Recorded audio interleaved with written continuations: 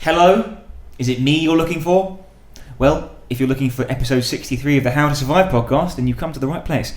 This week, Kill List, which is available on Amazon Prime if you want to stream it and watch it that way. Otherwise, you can get it on Amazon or eBay or whatever floats your boat.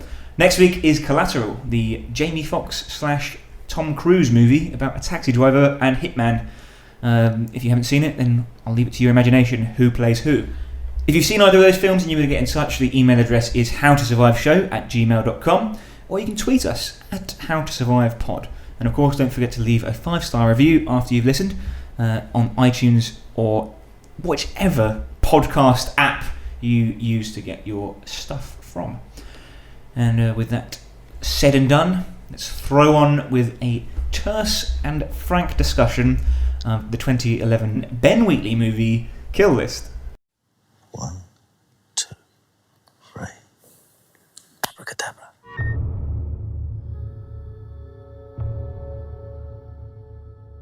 Hello, listener, and welcome to episode 63 of the How to Survive podcast. 63, Chris.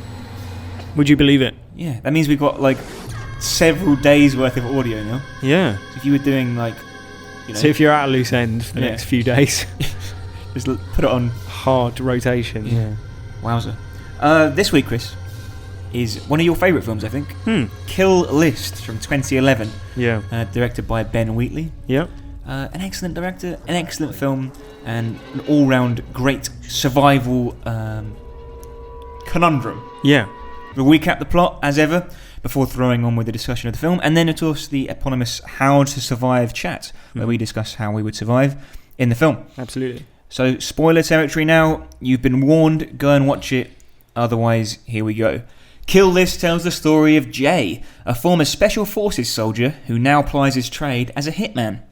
Following a recent contract that went bad, Jay has been unable to motivate himself to work, much to the frustration of his wife, Shell, and business partner, Gal, who are both also hit people. Hit people being the...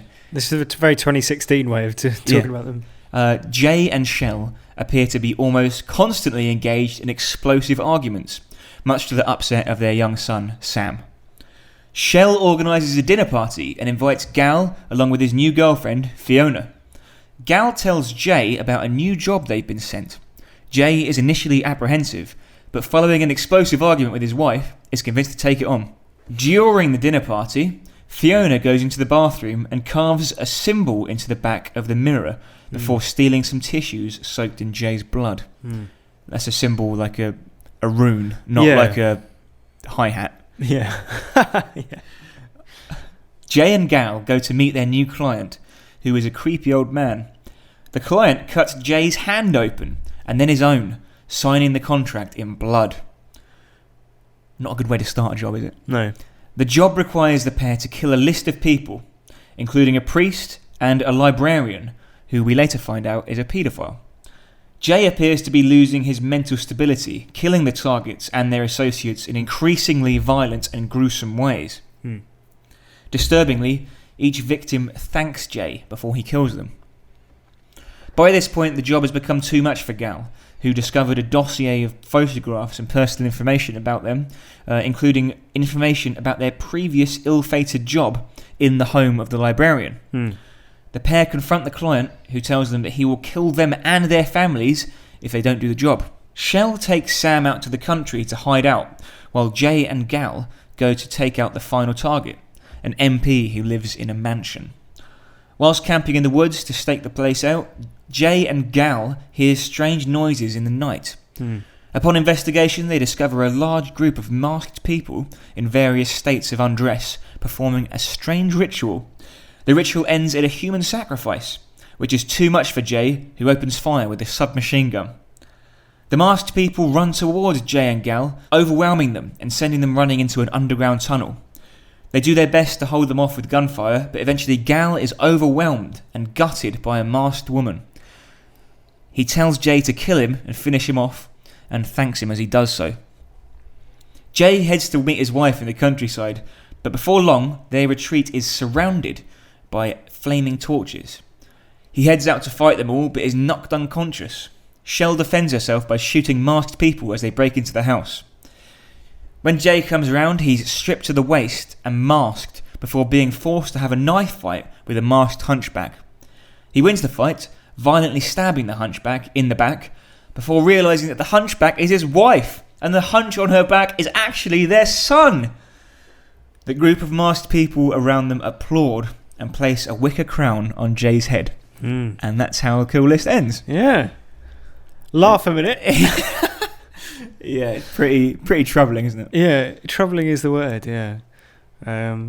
Yeah, it is one of my favourite movies, I think, as you said at the start of the podcast. I watched it in the cinema, knowing very little about it, other than it was the scariest Hitman movie ever made, as one reviewer said, which isn't, if you think of other Hitman movies, Collateral, the film we're covering next week, exactly, Leon, they're not typically horror films. Exactly, yeah. This is definitely a horror movie. Even before you get to the mad Wicker Man cult stuff towards the end, it's so effective at ramping up the tension and the discomfort when you're watching it. Yeah, I mean, it starts like on a cold open of like mid-sentence, mid-shouting. Yeah. One of these, like I described as explosive arguments, right? Yeah, yeah. Where they're just absolutely laying into each other. This is Jay and his wife Cheryl, and they're really going for it, and it's very uncomfortable and unsettling, and that it doesn't stop that level of like intense horror. Yeah, right? It's like the first 40 minutes are just like a dinner party. Yeah, you know how we like dinner scenes. Yeah, exactly. How to Survive. Yeah. This is the crown prince of dinner scenes. Yeah, and it's like social horror. Yeah, like it's ridiculous. It's how uncomfortable it is to watch. Yeah, as they have like this massive fight with Gal and his girlfriend just sort of watching on. Yeah, and then the rest of the movie just sort of slowly bubbles up this sort of real level of discomfort as you're watching it. Like you're never quite sure what's going on, but it's just that that something's not right. Yeah. And then as it gets towards the end, you're like, oh yeah. It's even more unsettling perhaps than the social drama is the violence. The violence is horrific. Yeah. But like we'll come to what other people think of the film, because I think that's important. But the violence, let's just say, this is a film that features a man being basically beaten to death with a lump hammer. Yeah. On every part of his body, and the camera shows it unflinchingly. Yeah. And it's very, very graphic. There's a shot of his knee, isn't it? Which is like split open. Yeah, and then his hand with every finger being broken. Oh, that's right. And then he forces him to put his head down and just breaks his skull open with a hammer. And in the middle of all that, he's like, I just want to say thank you for doing this. It's like, oh my God.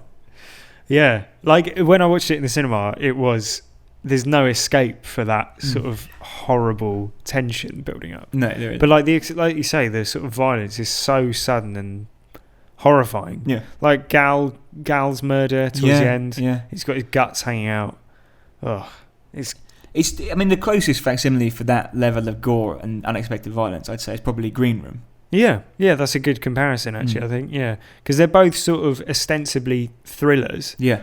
Or like have the dressing of a thriller. Yes. But go off on a very different path. Yeah. It's kind of a way of setting out a stall and saying that this film isn't going to pull any punches, basically. Yeah, and I think the opening half hour of the film where you've got all that sort of domestic stuff is so important for what comes after it, because it makes you genuinely care for the characters. Like, how many times do we watch a horror movie or a thriller or whatever and the characters are so underwritten? Yeah. Like this, the characters are so three-dimensional in this movie, and you don't have to have any sort of like real insight into their history or anything like that. It's all told very obliquely. We know that they're both Jay and Shell are, ex-military, so is Gal. You know what line of work they're in, and, there's a sort of tacit understanding between all of them. And, it doesn't need to be made completely clear what any part of it is. And likewise with the whole, they've had a job that went wrong. You don't know what happened. It could be like in Bruges, or it could be, as simple as it went like badly. But you can tell it's had an effect on Jay, and maybe to a lesser extent Gal, and that it's almost like not knowing much about it makes it even, more effective. Well, yeah, that's good horror, though, isn't it? Yeah. And I think Gal in particular, played by Michael Smiley, who's Tyres from Spaced. Yep, in his finest hour. Exactly, yeah. He's maybe like the most likeable character, and he is a very likeable character. Yeah, he's in a very sympathetic scene where he's the one comforting Sam, the child, when he's like upset that his parents are arguing. Yeah, exactly. And similarly later on with Shell, I think there's a scene between them. But there's he's just like a normal person, despite their line of work and everything. Like some of his lines, when they first meet the client and they cut the hand and make the blood contract thing, there's 2 lines within a very short space of time which are like genuinely really funny. None of them ever say please or thank you. That's what really fucks me off. I mean, like, good manners cost nothing, sure doesn't it? Is that your wanking hand? No. Oh, yeah.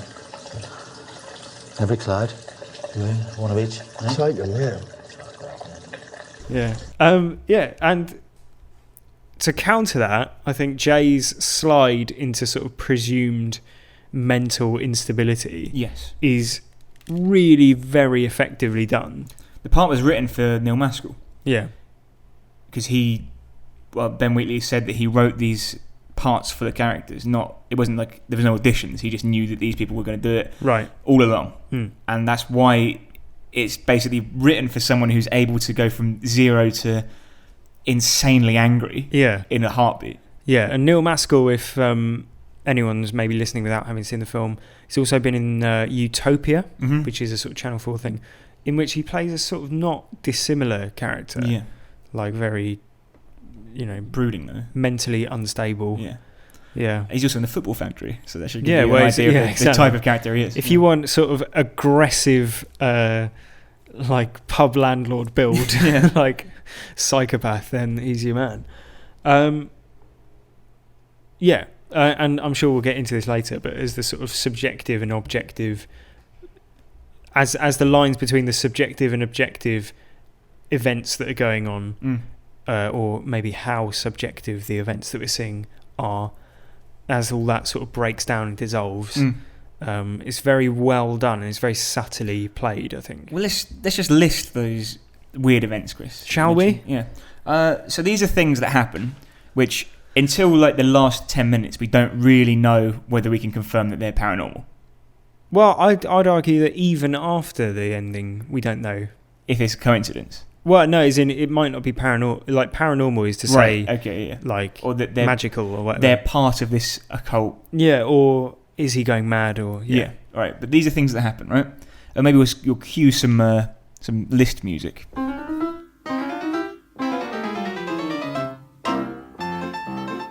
So first of all, Fiona scratches a rune into the back of the mirror and then steals this blood-soaked tissues. Yeah. A dead rabbit shows up in the garden, which Jay cooks and eats. Yeah. Then his dead cat eventually shows up, strung up and trussed above his front door. He waves to Fiona in the middle of the night from a hotel window. Yeah, she's just sort of stood outside his window. Yeah, and that's never mentioned. No. He cuts his hand badly, and that becomes infected, which seems to have a strong effect on him.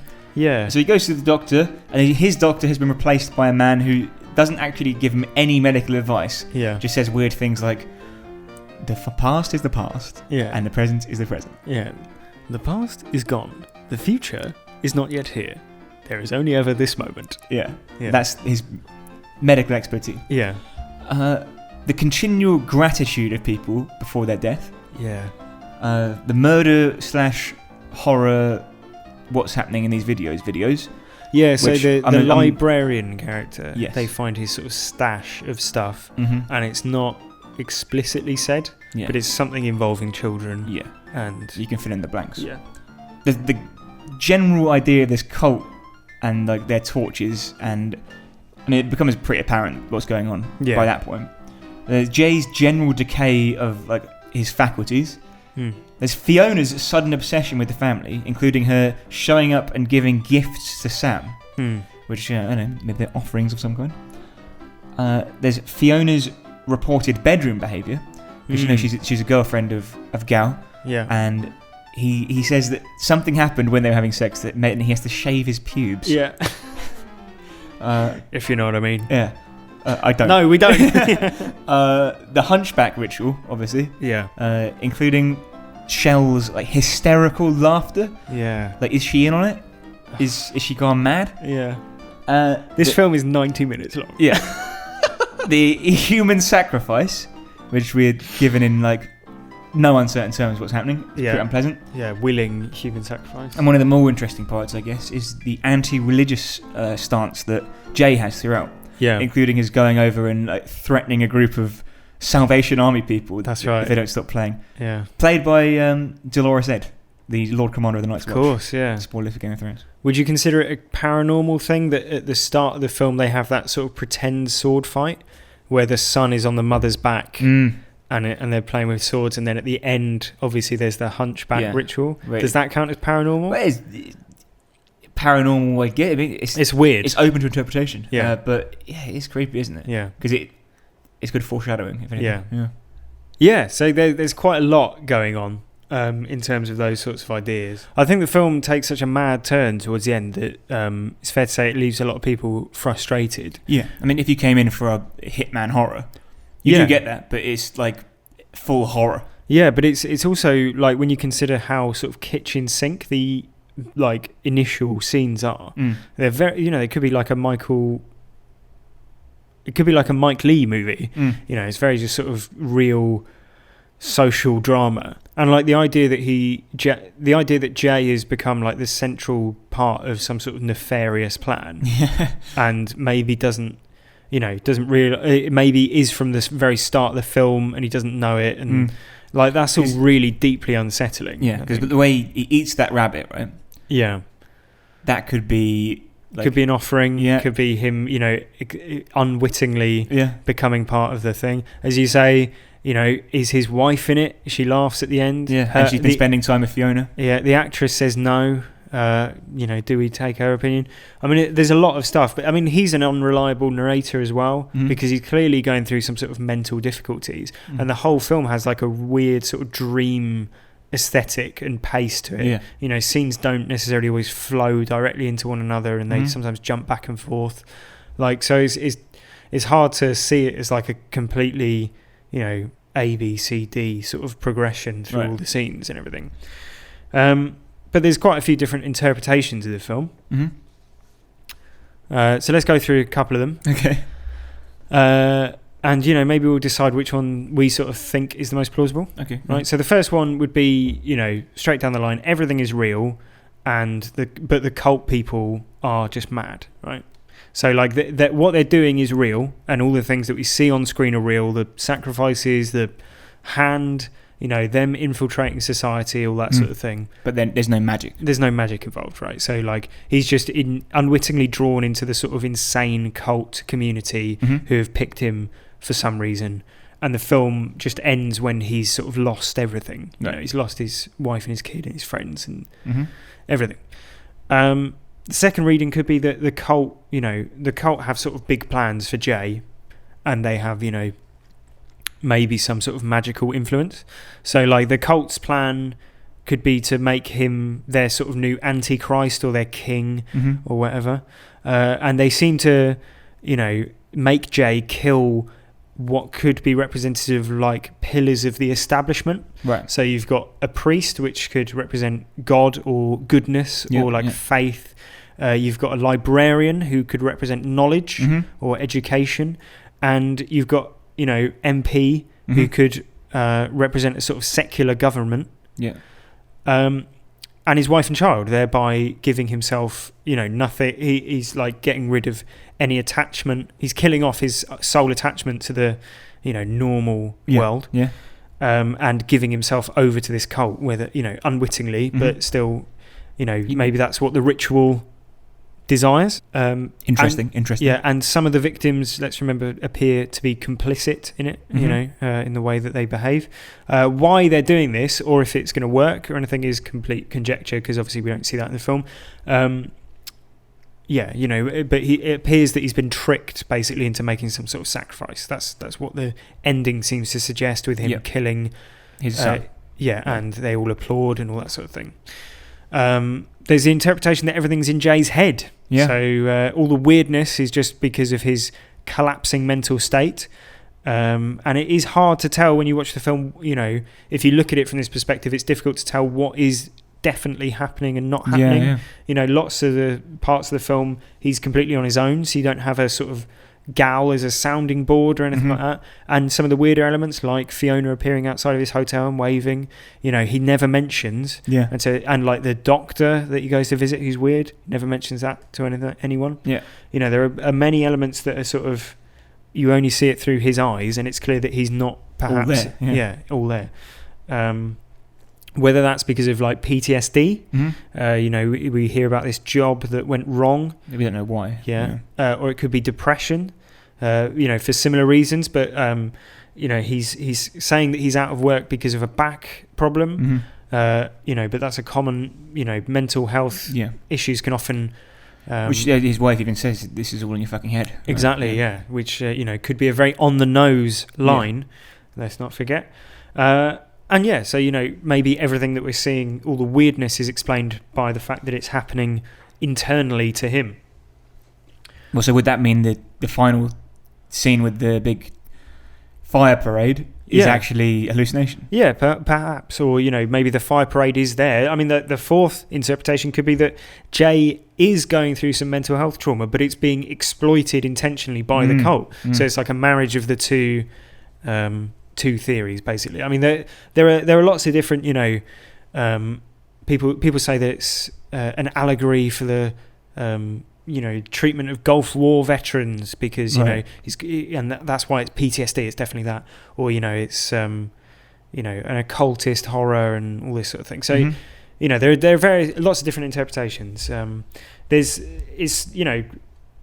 Theories are still now 5 years later being developed for the movie, perhaps in the similar way to lots of other sort of ambiguous ending horror movies. You get that a lot, people on the internet sort of postulating their theories, like The Shining, of course. Yeah, well, exactly. It'd be a good touching point for it, or The Wicker Man, or not The Wicker Man, or lots of films like that, like The Shining or whatever. And so I looked on the internet for a theory that I hadn't seen before, basically, about the film. So I found one. This would be good. And it is genuinely very good. Really? Yes, this is not even a joke. This is perhaps my favourite theory that I've read about it. I thought you were going to on IMDb they said exactly. It's actually it was a documentary that he filmed or something. No. So this theory that I read is to credit Mr. Pinchy on if you go to the subreddit True Film. Right. There's sort of deep film discussion. Yeah. Film critic, all that stuff. Yeah.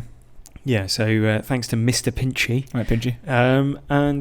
So he this theory tallies with something Ben Wheatley has said about the film, in which he said the way the client treats Jay and Gal, the way they're treated as hitmen, is the same way that you would treat a plumber. Dirty work, just cash in hand. You don't really have any interest in getting to know them or anything like that. Right, so this is what Mr. Pinchy said. This is the classic story of the working class man's role in British society. Do not ask why, just do. On the other hand, there is the question of free will. Jay is coerced into his actions, but he's also been created to do this job. How much free will does he have to change what he's been trained to do? How much does his training define him and his actions? In the final scene, is there any doubt that Jay will fight to the death? It's literally what he's been built to do. I think the ultimate answer that Kill List offers is that Jay is anointed king, but has no understanding of what that means, no say in the procession towards it, and had to sacrifice everything without prior agreement or understanding to attain a goal that he does not understand or even want. And in that sense, it's the working class versus the establishment, and he's taking a particular political view. So that would be saying a working class person would work towards having some sort of status and getting lots of money, but not necessarily.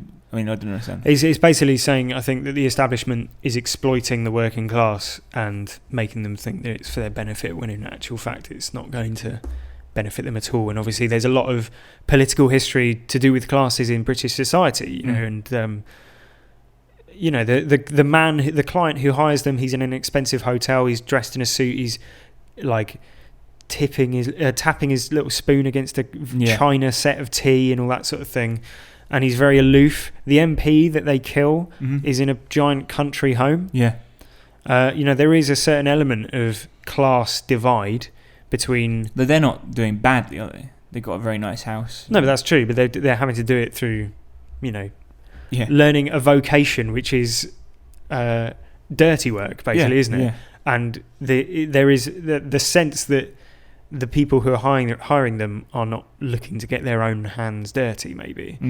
Although they do, and you know, in the cult sense, they do. You know, the followers of the cult do get their hands very dirty. But yeah, I just thought that was a really interesting idea, that it's sort of representing people who have been, you know, brought up to work in a vocation and, you know, then have that exploited supposedly for their betterment. But it is a very open to interpretation movie. Which one do you side with, you think? I think it's probably...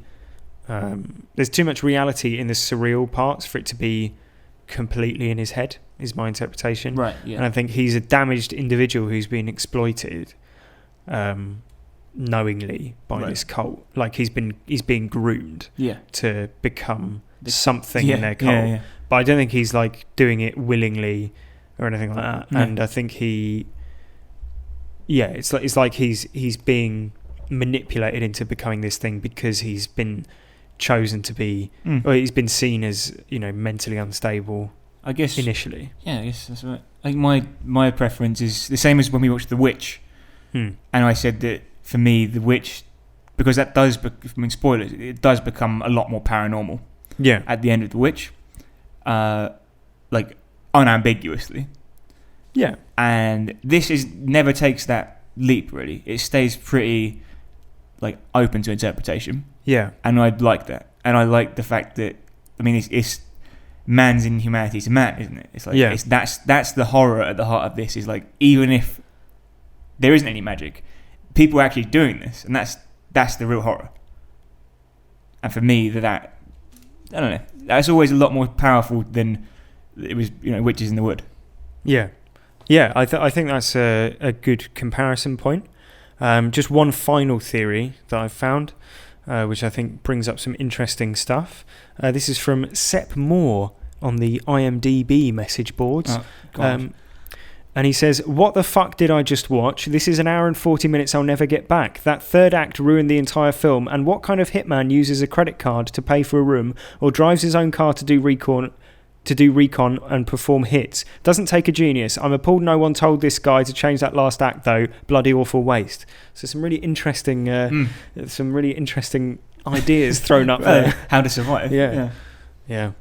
Well, I mean, that seemed like a pretty scathing review. Yeah. There are a few others, because I was surprised this hasn't got like an amazing score on Rotten Tomatoes. No, it's sort which, of as like, we know, Chris, is the scientific measure of whether a film is good or not. Absolutely. It's only about 70-odd%. Right. So I thought I'd find out who's giving it bad reviews, because it is, in my opinion... So we can find them. Yeah, well, in my opinion, it's up there with one of the best films I've seen. It's the best made films. Yeah. Would you say it's pretty like closed in terms of there's nothing missing?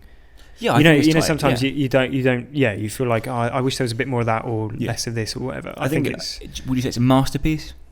That's a strong word to, you know, throw out. I think, considering how many, you know, I don't use that word, but I'm sure I've seen that word used for films that I would say are much worse than Kill List. Yeah. Shining, is that a masterpiece? Yeah, The Shining is a masterpiece. Yeah. I think this is very good. This is in my top 10 movies. Yeah, I'd put it there as well. Yeah, it's very good. Not one you could watch every day though. You have to be in a certain frame of mind. Okay, here's some negative reviews, right? This one, first of all, from Graham Young at the Birmingham Mail. Okay. Why was National Lottery money poured into a film where an elderly man says thank you before having his fingers hammered? Still less one where we then see his head pulped. Right, so Graham Young there saying that no film that has that in it could ever be worthy of having money in it. Yeah, so he's basically saying Yeah, I didn't like that scene. Yeah, and any film with that scene in it is beyond artistic merit. Yep. Yeah. Right, thanks, Graham. Good. Ben Sachs from the Chicago Reader, Yeah. he watched the film and he said, Wheatley aims for something like moral complexity by having one of the killers believe in God and the other aspire to be a good husband and father. But once the graphic violence starts, it upstages everything else. He's missed the point, really. Yeah. By, like, you're going some way. He's basically what he's done there is he's gone. Wheatley tries to aim for a moral. What does he say? For moral complexity. Moral complexity. He's aimed for moral complexity, but then he's ruined it with all the guns and the violence, Joe. he went really well and morally complex with the God and the good husband. But then he should have stopped there. The first 2 G's were perfect. Yeah. Sam Bath. Or Bath with an E, I don't know how to pronounce that. Fan the Fire is his publication. Okay. Familiar with it? No.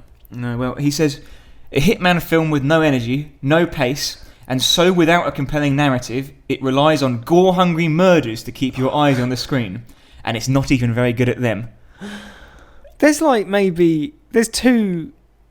There's one gory murder. There's the one with the hammer. Yeah. And then there's the one where he smashes a guy's face against the wall. But that's not like I think if you went into this film on the basis of it being like a gore, if you're a gore hound, you'd be disappointed by this movie. I mean, it's quite good, but it's not like it's good, not. It's not a gore fest. It's effective and nasty and gory, but it's not like Hostel or Saw where it's like gore porn. Yeah.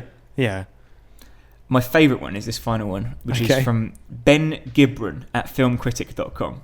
Filmcritic. I'll start with a question, Chris. Okay. What movie do you think he's compared it with? He's watched Kill List. Ben Wheatley's 2011 Hitman horror, Kill List. Yeah. And what movie do you think he's compared it with? Maybe The Wicker Man? Nope. I don't know. He says it's Pulp Fiction without the flowery dialogue. Just another film that's got 2 hitmen in it. Yeah. Is that it? I don't know anything else it's got in common. I can't think of anything. Oh, do you remember that scene in Kill List when they eat the burger? Let's just think about Pulp Fiction, right? The key scenes in Pulp Fiction are Uma Thurman has an overdose when on a date with John Travolta because John Travolta is looking after her. She's the wife of Marcellus Wallace. Yeah. Marcellus Wallace is a kingpin who is paying Bruce Willis, the boxer, to take a dive, but he accidentally kills a man, and meanwhile he crosses paths with John Travolta at some point, and then while that's happening there's like a kidnapping, a sex hostage situation, which is kind of weird. I don't know what part of the film. It's literally just there are 2 hitmen in it. That is it. They're not even like if they wore like black suits and carried themselves in that sort of pulpy way. Maybe it's the word. It's really like lazy comparison to draw.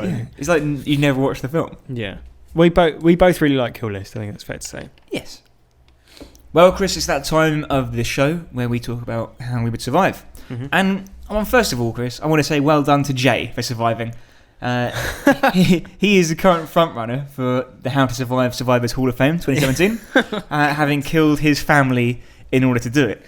So well done him. Yeah. Cold comfort. Yeah, I'm sure. But Chris, if you were Jay or Gal or the wicker masked men or Shell or Sam, how would you survive? Well, let's talk about the scene in which they open fire on the cult. Right. Yeah. So crunch time. Yeah, and like the girl is hung. They're all clapping. Hanged, Chris. She's not a tapestry. Yeah, she's hanged by the neck until dead.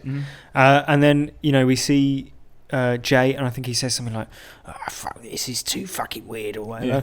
And then he raises his gun and goes bang, bang, bang, bang, bang, bang, bang. Yep. Shoots all the cult people. Now let's imagine that scenario again.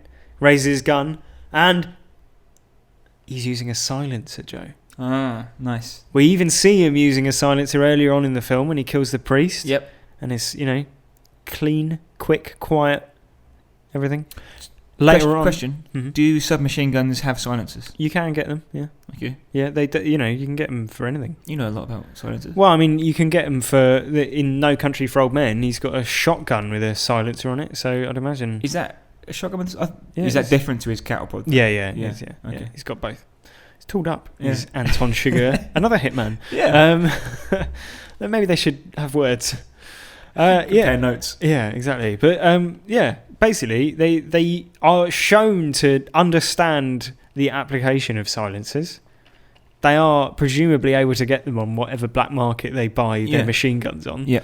So why don't they use a silencer? There seems like if you're doing a sort of nighttime espionage, sniper rifle, like assassination, you wouldn't take a cannon, would you? Yeah, like you wouldn't. It just seems like best practice to take a silencer. Yeah. I mean, he obviously wants to kill them all. I mean, I rewatched the scene this morning, and he opens fire, and the very next shot is of one of the cult people, one of the cult leaders, like snapping round to look straight at where the gunfire is coming from. So it's like, just avoid that from happening straight away. Yeah. Like, I think you can also, obviously silencers in movies are probably not accurate, and I think it's much louder in real life anyway. Exactly. Yeah. But I think one of their applications is that it spreads the sound out over a much wider distance, and so in a place like a wood, it would make it a lot harder to pinpoint exactly where the sound is coming from. Although he was using tracer rounds as well, and and standing up and shouting on his head. But obviously we can't change his motivation for doing any of that. But even if they're eventually found, I think that who's to say what that extra bit of time could have bought them. Maybe Gal would have survived. Yeah, maybe. Poor old Gal. Yeah. My advice for Gal is have a lighter lunch. So that's not really advice, or it doesn't make sense even. So good joke. Write in with your jokes about a man being disemboweled to HowToSurviveShow@gmail.com. In the meantime, Chris, here's my idea, and it's one that they float in the movie and gloss over. Right. So they're talking about how they're gonna whack the, I think it's the MP at this point. Okay. It might be the librarian. They're just discussing methods, and they say, we'll go down there, we'll stake him out, we'll see where he's going, we'll get an idea for the lay of the land, and then we'll do him quietly. Yeah. And then Gal says, like, so you mean do it properly? Yeah. Don't just run up to him and pump him full of bullets like a Hackney crack addict. Yeah. Right? Yeah. It's a good impression? Yes. Yeah, I enjoyed his South African accent. Don't just run up to him and shoot him full of lead. That's Australian. Yeah. Don't just run up to him, pump him full of lead. South African. Don't just run up to him. Don't. And they say running up to him and pumping him full of bullets, like a Hackney crack addict, is a bad idea. Yeah. In retrospect, that would have been the best option, rather than like being on the grounds of this house, surrounded by people with. Oh, what? So you mean do it in like public or something? Like just run up to him and pop a full of like a Hackney crack addict. Yeah. Just like, spray him. Yeah.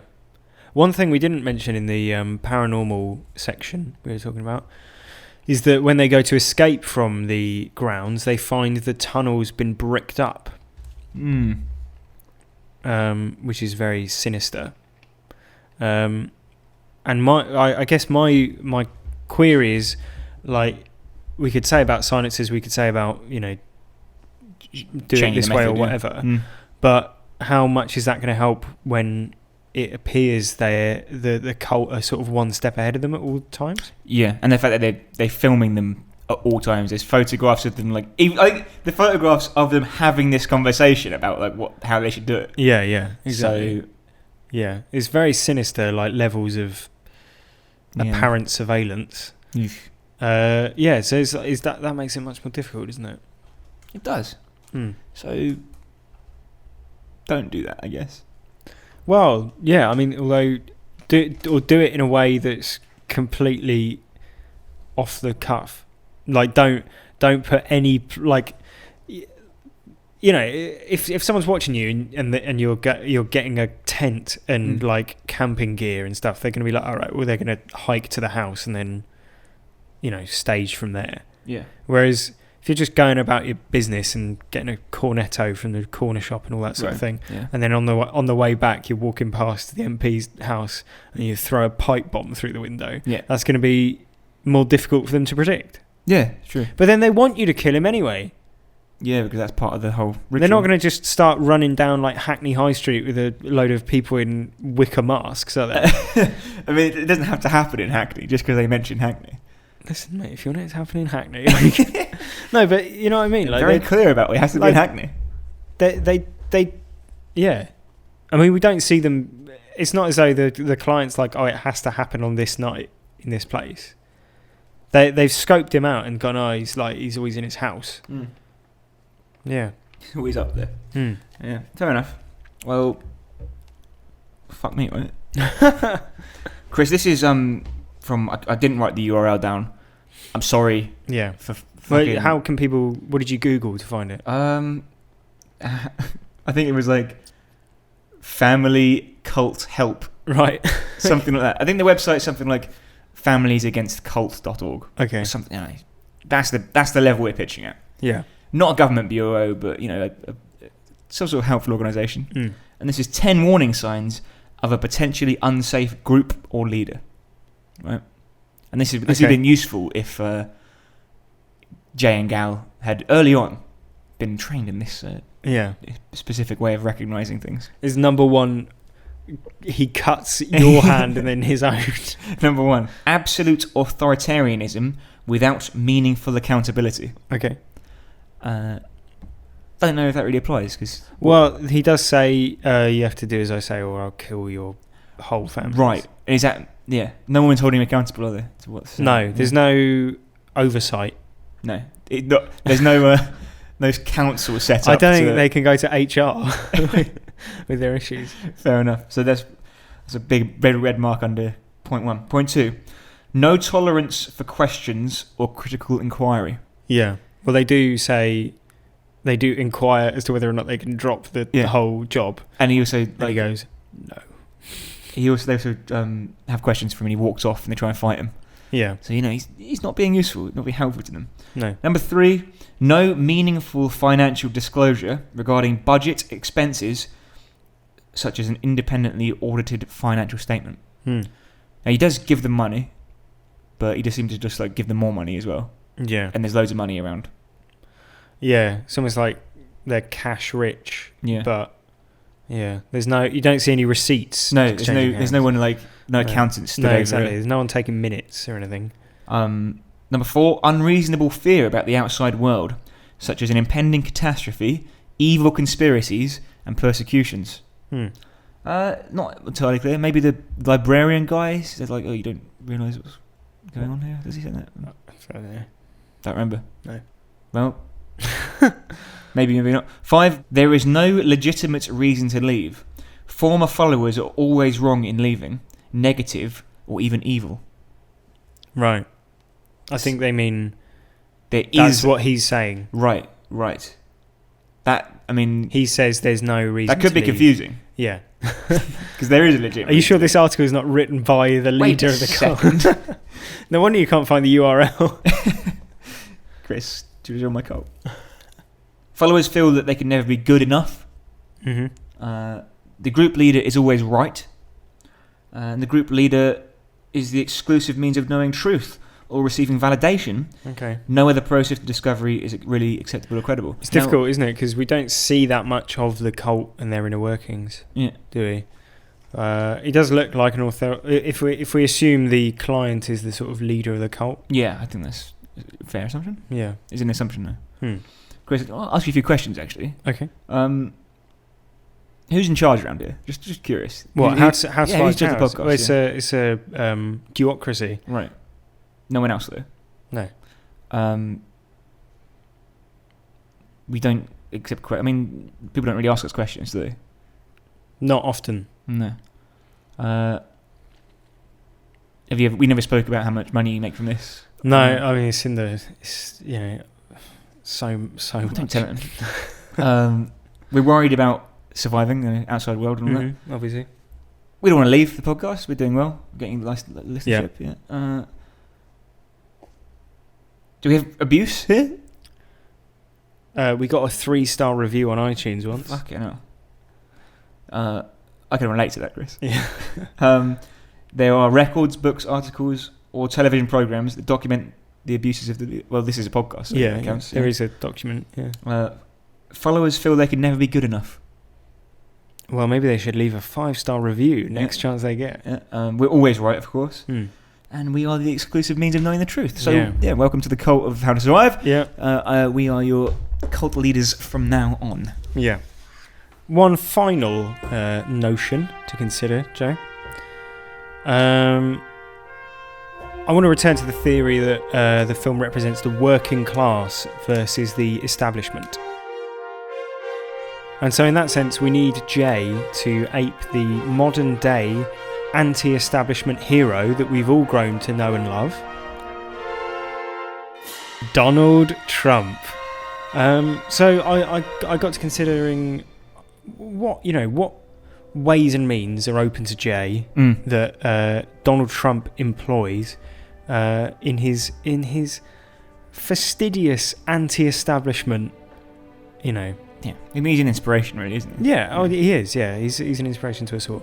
And I thought, I know, why doesn't Jay set up a Twitter account? Right. Yeah. And maybe he could tailor his Twitter account to have a very similar sort of Twitter output to Donald Trump. Yeah, I like it. So I've drafted some, because obviously Donald Trump has a team helping him as well. Yeah. Helping him draft his tweets. So I've drafted some tweets for Jay. Yeah. Just a reminder, why is he doing this? Because he represents the working class versus the establishment. Right. And obviously Donald Trump is the anti-establishment hero we all know and love. Right. Okay. And so if he wants to cast himself as the anti-establishment hero himself, he has to tweet like Trump. Exactly. Yeah. Right. It's just, I can't believe that you needed that explaining. I got it. Yeah, just making sure. Yeah, everyone's on board. Right. Yeah. So here are some draft tweets for him to employ. Okay. So tweet number 1. Can't believe these totally phony stories about Kiev, 100% made up by cultists, many already proven false, and pushed big time by the client. Have impact. Very good. Tweet number 2. These targets are absolutely being chosen by the dishonest and distorted client to push Antichrist plans. Sad.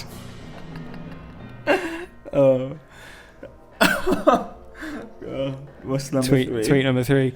Very little pickup by the dishonest client of incredible Kiev information provided by WikiLeaks. So dishonest, rigged system. Tweet number 4. Nothing ever happened with any priests or librarians. Totally made up nonsense. Nobody has more respect for priests and librarians than me. Tweet number 5. Very good. History lesson. There's a big difference between the client and Gal. For one, his nickname is Honest Gal. # crooked client. The client. He doesn't even have a name.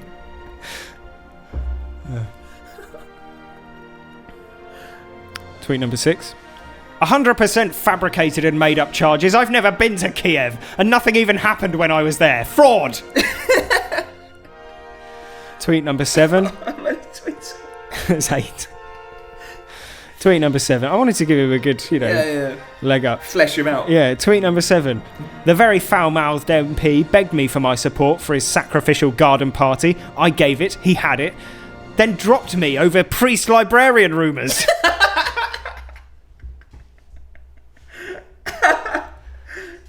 And then one final one, which obviously apes Donald Trump's recent Twitter output. Anyone who knows me knows that my actions in Kiev don't reflect who I am. I did it, I was wrong, and I apologise. Well, fair enough. Thanks, Donald. It's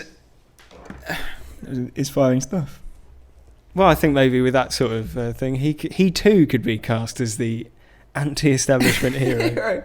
Voted in. Yeah, or maybe in a way he has. Because that's one reading of it, but maybe he's actually already in the anti-establishment. Yeah. He's the king of the weirdos. Maybe. Well done, Chris. Thanks very much. I hope to see the Donald Trump kill list themed Yeah. Twitter parody account. Yeah. Yeah. It will run and run, mate. Mm. Yeah. So that's about all we got time for. Thanks to Donald Trump for this week's episode. And thanks to you, Chris. And thanks to you listeners at home for listening.